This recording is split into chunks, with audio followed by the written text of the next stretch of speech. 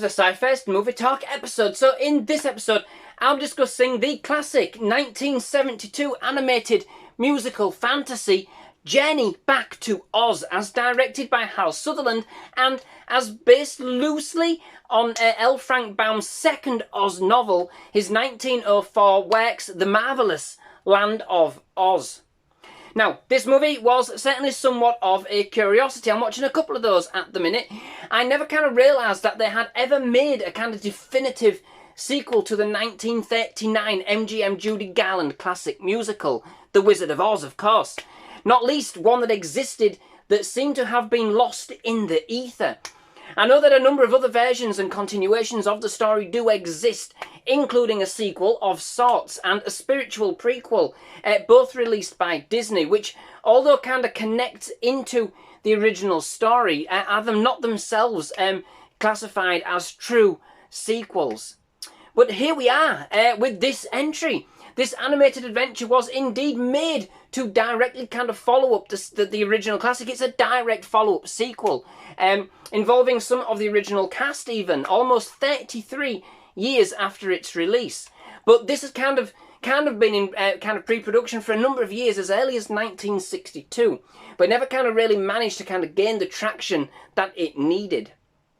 Over the years, a number of versions of the movie have been released. The first theatrically, which I believe was the version that I managed to obtain a copy of, and a number of TV versions which had a series of live action segments mixed in to further kind of develop the story.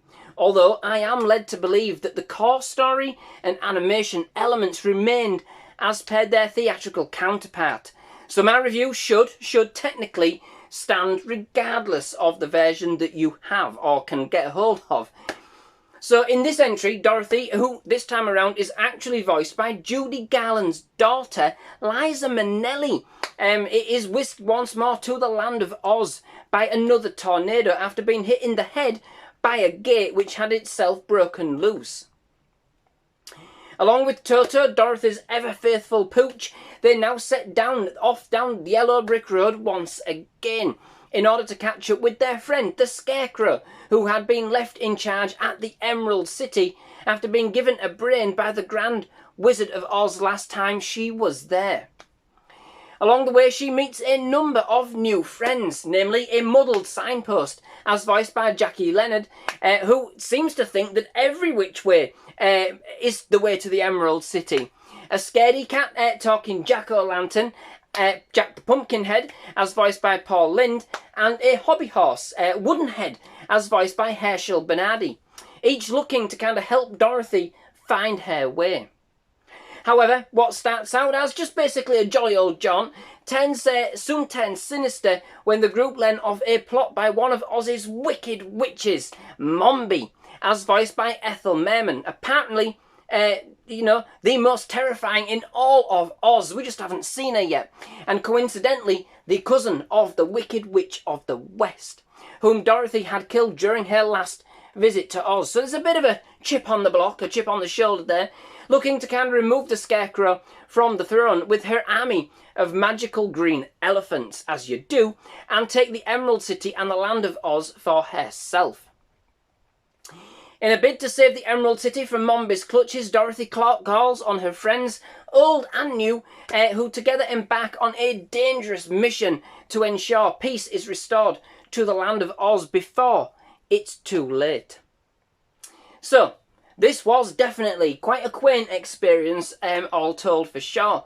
With the movie never really being as prominently featured as its predecessor, I did have an idea that this wasn't going to kind of meet it on the same level, and indeed, although it was a cute little adventure, it never really felt like it was aiming for those dizzying heights.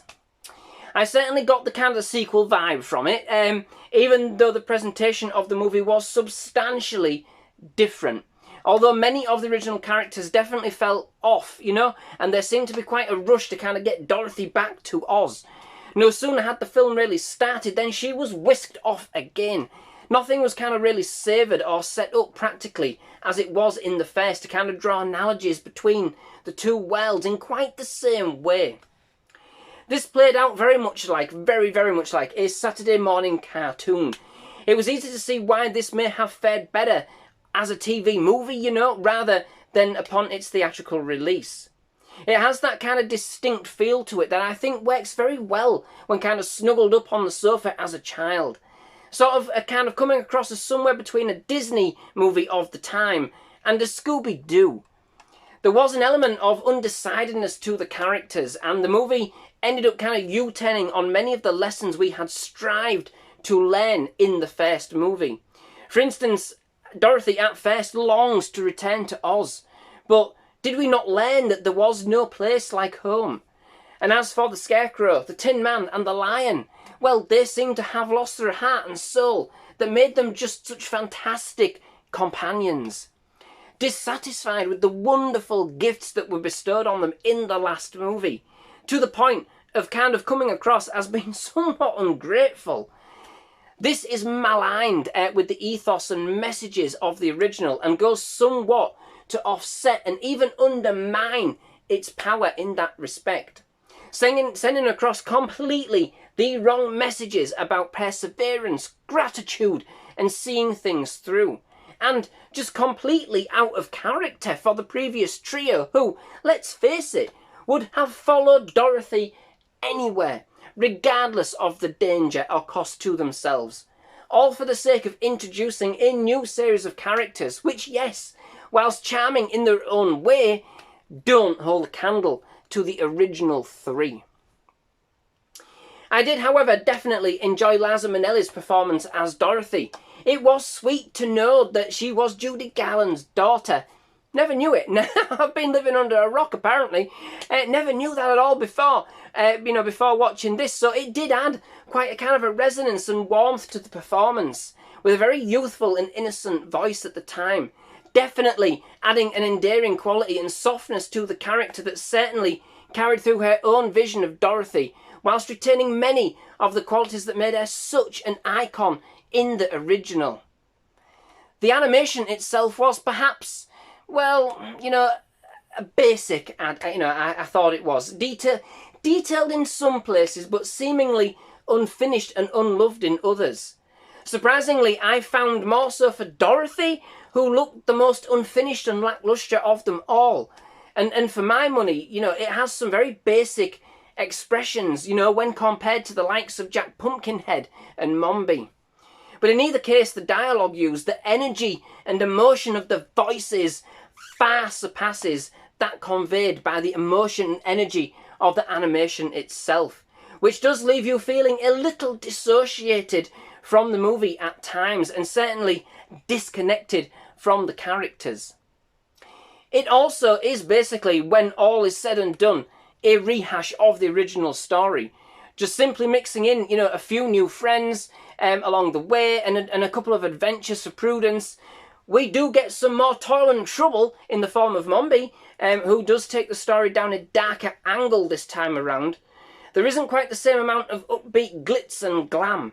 Even the songs, although quaint and pleasant in their own way, and all that memorable, and a number have a much more depressing angle that I would have imagined, than that I would have imagined they would have done, It does start off with plenty of decent pacing too, but ends up the way of many animated movies of the time, sadly, filling its runtime with character kind of cartoonish sequences, which sadly in this instance do include some of the musical numbers and visits to previous characters, which fail to kind of drive the point of the movie forward, simply serving to offer a weak and kind of feeble explanation as to why we are now proceeding with these newer characters.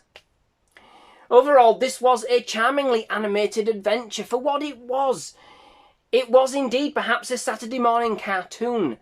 It's sweet enough and definitely a playful production, and it was certainly a nice touch to have Judy Garland's daughter, Liza Minnelli, play Dorothy, which was certainly one of the movie's stronger highlights. As a sequel to the original Wizard of Oz, it just never recreated or captured the magic and charisma of the characters like it needed to, and even went out of its way to kind of sully the name of the original trio, which I thought was in pretty bad show, and sent completely the wrong message, U-turning much of what the original had built for its characters. It's a lovable movie, I can't argue that, whimsical and a little bit odd, but one which fails to really feel as grand or as exuberant as its predecessor, or as it really should for such an adventure back to Oz. So, that brings me to the end of this episode. Many thanks for watching. I do hope you've enjoyed it. If you have, please leave a like. Please do hit that subscribe button for more movie reviews, trailer reactions and other movie-related content. Absolutely loved having you here at SciFirst MovieTalk, and definitely love to have you back. Most of all, just thank you very much for watching. Goodbye.